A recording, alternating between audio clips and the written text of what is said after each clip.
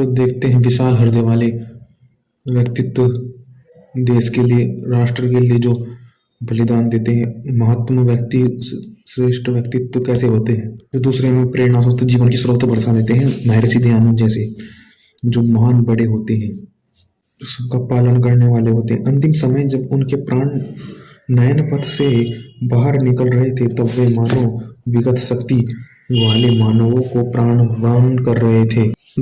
तब वे मानो, आपको पता है, जब प्राण हेतु से निकल रहे थे तो शक्तिहीन में उनमें प्राण डाल को जो आवश्यकता है वह व्यक्तित्व पालन करने वाला महान व्यक्तित्व अपनी दयामय भाव से, अश्रु भाव से वह उसको प्रदान करता है उन व्यक्तियों को। जीवन शब्द अर्थ जल भी होता है।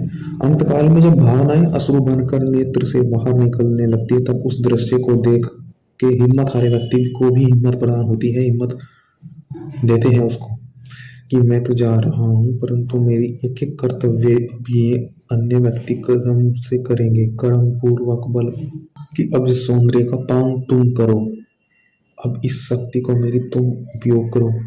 निरंतर अश्रु से कपालों को धोने वाली असह विधवाओं के नेत्र जलों की बाढ़ में बहती भी मातृभूमि। एक तरह से कवि कह रहा है इन शब्दों से, कवि की रचना है। बहती हुई मातृभूमि को जिसने दया पूर्वक, अर्थात जब माताएं विधवा होती है तो उनको कोई मिला नहीं, उनको जब कोई नहीं मिला तो उनमें मातृभाव, ममता भाव अधिक उजागर हुआ, जिससे कि वह उस ममता भाव को अगर कोई सहारा मिल जाए तो स्वयं राष्ट्र के लिए हितकारी होगी। इसमें विधवाएं माता, तो उन वात्सल्य, उनका मातृत्व, मातृशक्ति को सहारा दिया, सांत्वना देकर हाथ का सहारा दिया। आओ उस वीर दयानंद का ध्यान करें जो मातृभूमि की भावनाओं को बढ़ाए। उस अद्वितीय गोरक्षा दयानंद को प्रणाम करो जो खून से लथपथ कातर दृष्टि वाली निर्दयी यवनों के शस्त्र को देखकर कंपी से मारी हुई अशरण गायों को सांत्वना देने वाला है।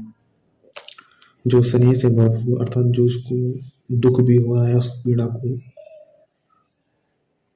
अपनी शक्ति से उनकी पीड़ाओं को दूर करने वाला, उनकी दुर्बलताओं को दूर करने वाला दयानंद, उस पीड़ाओं को दूर करने वाला, उनको देने वाला हौसला, उत्साह, शक्ति, वह दयानंद जैसा होगा।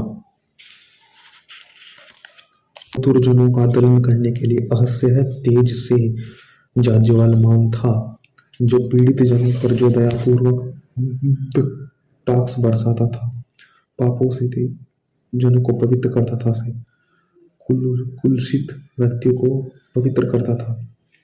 उस शांति और ज्योति के अद्भुत संगम को प्रणाम करते हैं। स्वामी सन्यासी वैरागी व्यक्ति बिना चप्पलों के, बिना किसी साधन के निकल पड़ता है। जो मिलता जैसा है उसकी घर्षण से, उसके तेज से मानो पृथ्वी भी, चट्टान भी तेज से भस्म होती हुई सूर्य के समान वह व्यक्ति प्रतीत होता है।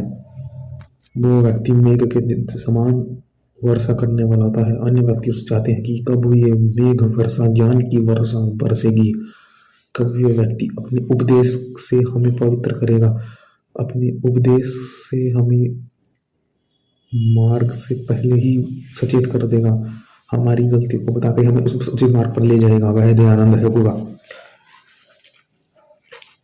कौन हमें हरियाली दिखाएगा, कौन हमें नदियों में से पार ले जाएगा, तटों को फोड़ करके जो लक्ष्य को ले जाएगा, कौन हमें हरियाली, कौन हमें फलों का रस देगा, कौन प्रकृति की शक्ति दिखाएगा, ममतत्व दिखाएगा, वही दयानंद होगा। अंत्य लीला में कुशल विधाता की यह भूमि मधुर चक्रवाकों से धन्य हो उठी है, जहाँ दिगंत के मध्य में प्रउठा नवील बादल चूर चूर कर लिप्त हो गया है। इंद्रमणि की धोती को दिखने वाली चमक से युक्त पश्चिम आकाश कौन हमें हमारे पूर्णता भाव तक ले जाएगा, कौन हमारे अंतिम लक्ष्य तक, कौन हमें अपनी संबंध तक, हमारे गुणों तक ले जाएगा, कौन हमारे लक्ष्य मंतव्य तक ले जाएगा, वह यही दयानंद होगा। वह श्रेष्ठ व्यक्तित्व का महात्मा होगा जो अंधकार को फोड़ता हुआ स्वयं परिश्रम करता हुआ, कर्म पथ पर चलता हुआ, स्वयं चट्टानों को फोड़ता हुआ, हुंकार करता हुआ, आगे बढ़ता हुआ दयानंद होगा। हमारे राज्य का कर्म तब ही है। अगर ये तब कम हुआ तो हम अपनी लक्ष्य तक, मंतव्य तक, वास्तविक शक्ति तक, बल तक नहीं पहुंच पाएंगे। तो ये तब ही है जो हमें पूर्णतः अपने प्राचीन शक्ति, अध्यात्म, सार, संस्कृति तक ले जाएगा। वह तप, वह श्रम है, यम नियम, वही हमारे पुण्य तक हमें ले जाएगा। तब से व्यक्ति पुण्य तक, ऐश्वर्य के भोगों का भोग प्राप्त करता है। अपनी प्राचीन ऐश्वर्य, पुराण पुण्य राष्ट्र के ऐश्वर्य को प्राप्त करता है, सुख प्राप्त करता है, ऐश्वर्य और सुख प्राप्त करता है मोक्षत। तब से ही वह सुख। अब दयानंद की जन्म, उस व्यक्ति का जन्म कैसा होगा? दयानंद का, सरस्वती का, उस भारत भूमि के अंदर सौराष्ट्र नाम से प्रसिद्ध एक जनपद था जो किसी समय जरासंध से आक्रांत था। श्री कृष्ण के शरण आ गया था, शरण में। वहाँ उन राजाओं का मोरवी नामक सुखी राज्य है। और राज्य भी सुखी था, व्यक्तित्व सुखी थे, व्यक्तित्व भी लक्ष्य थे, वैसे व्यक्तित्व भी लक्ष्य की ओर जाते ही सुख। जो धर्म द्वेषियों पर सदा अपने हाथ में धनुष ताने रहते हैं, उसमें टंकार नामक एक शुभ अक्षर वाला ग्राम है। उसी मोरवी में, उसी सौराष्ट्र मोरवी में, उसी धर्म, जो टंकारा धर्म विद्वेषियों धर्म से विद्वेष करते हैं, उनका शयन करने के कारण यथार्थ हो गया है। जैसे दयानंद ने, वह जाना जाता है टंकारा या मोरवी साम्राज्य की जो धर्म का द्वेष करते हैं, उसका क्षय करने वाला। अब उसमें दयानंद भी उत्पन्न हुए, उन्होंने भी अधर्मियों का उनकी सोच को तोड़ा, इसलिए वह भी यथार्थ हो गया।